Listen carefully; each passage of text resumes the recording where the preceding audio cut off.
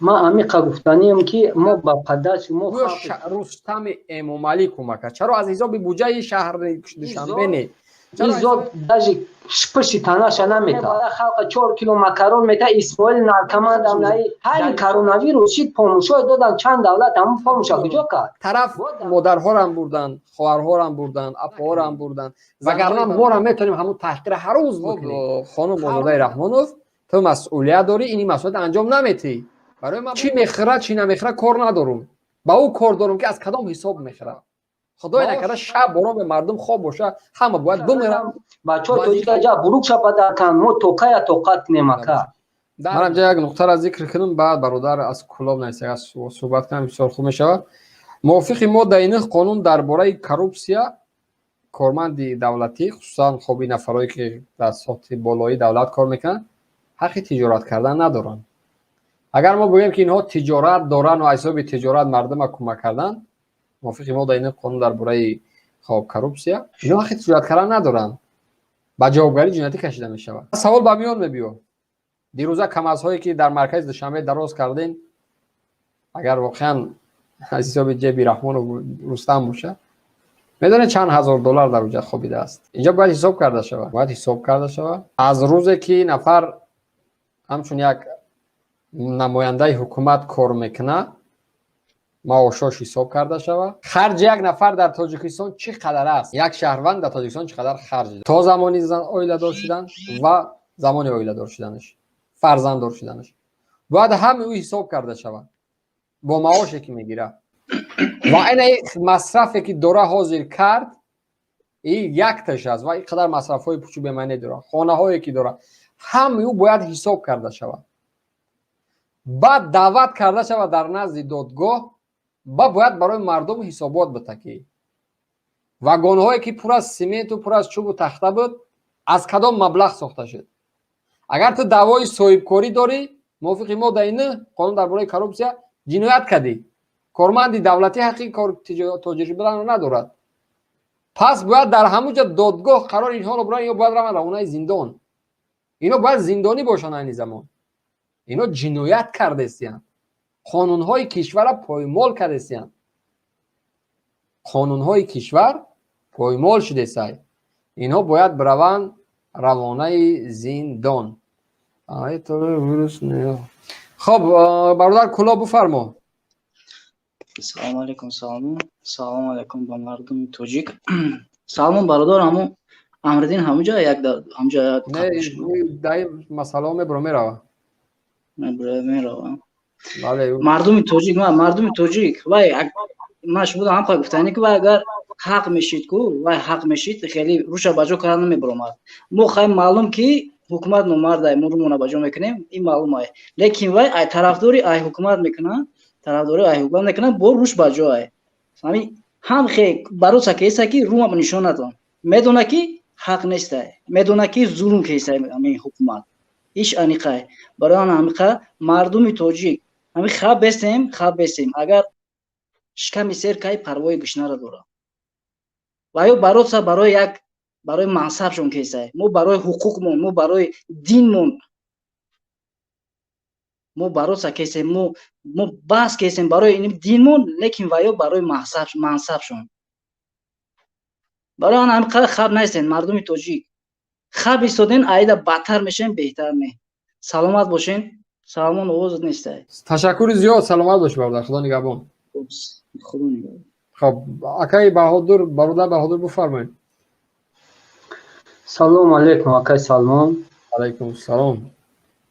ما خلق کلا با پدچکای رستم نارکمند اسماعیل نارکمند امام دایوس نه دا قتی پدچکای یا قتی ما زور نیستیم این زور نبودیم نمو کانای کلای گرفت اگه دایوس کو در دامادای چیزش دودگه دامادای خیتایش دودگه نم کانای کلا را بگیره ما دبتا ما خودمون میدونیم چیکار کنیم ما را پدچکا نتا ما گدو نیستیم با این ذات دایوسا.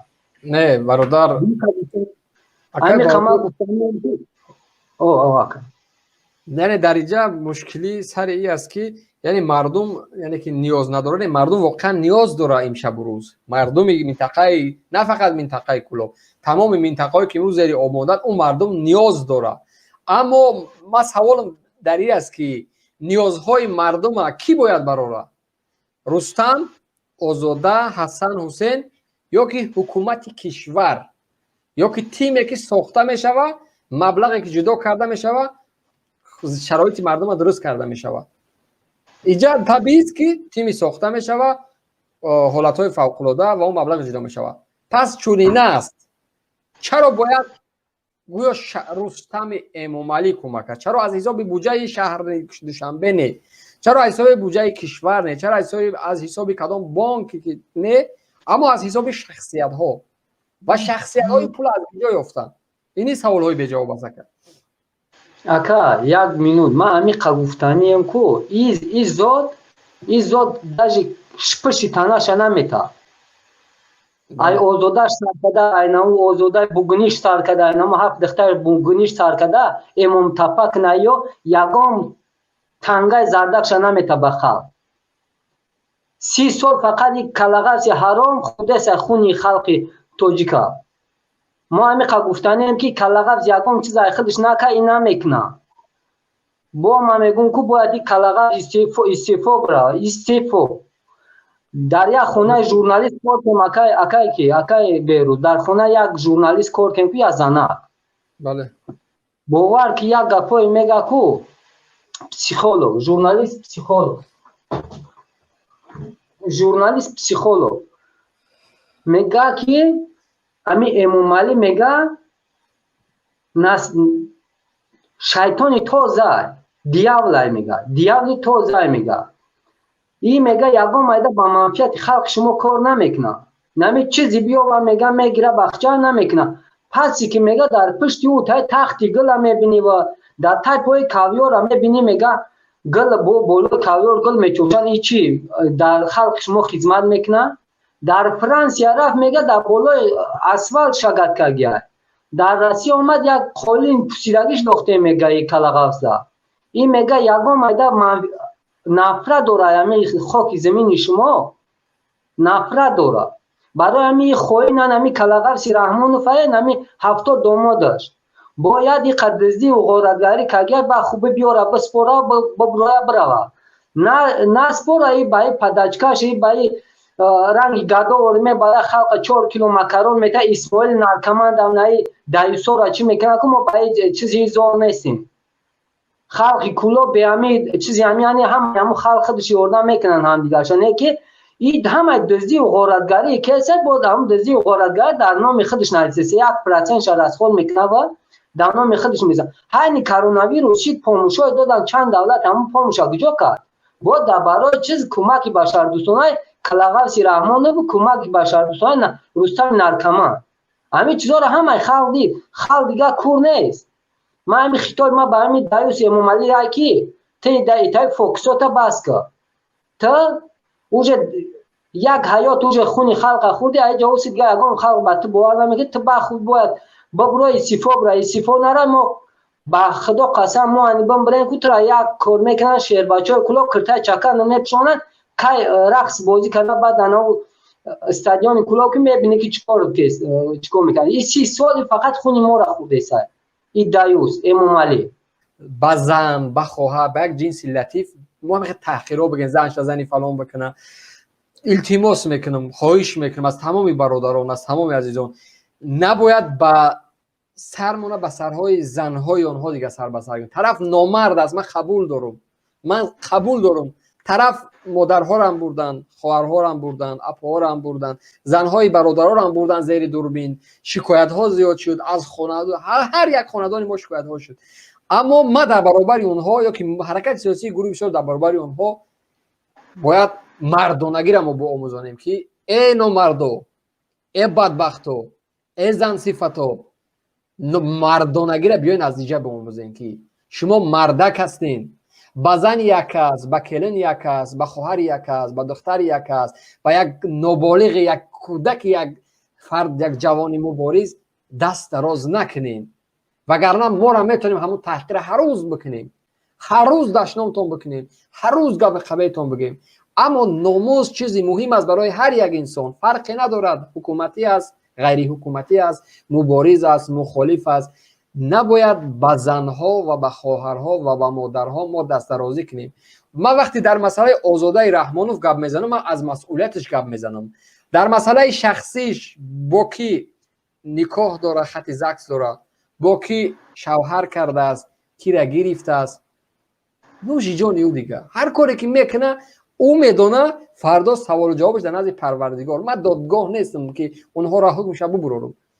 اما کسی که مسئولیت داره او را میگم، از مسئولیتش میگم. آزاده رحمانوف مسئولیت داره در نزد کشور.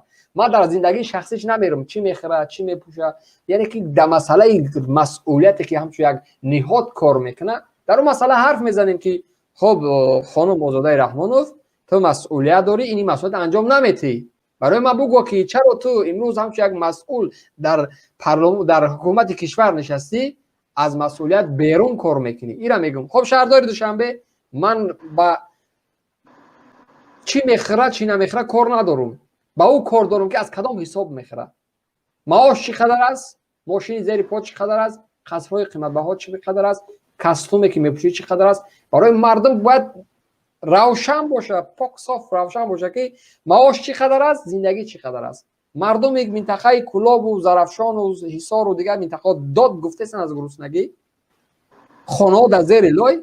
اگر سیل هم نمی اومد یک بار خانه های اونها را ببینید در کدام فضا و زندگی دارن، یک بار نظر کنین.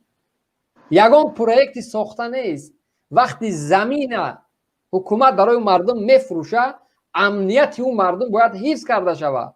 او چگونه خانه میسازه باید از قید دولتی بگذره که آیا همین خانه برداشت چند سال داره، چند سال برداشت کرده میتونه. خانه های یخش بدون سیمنت فوندامین است، زیر پایه نداره سیمنت، در روی لای زده شده است.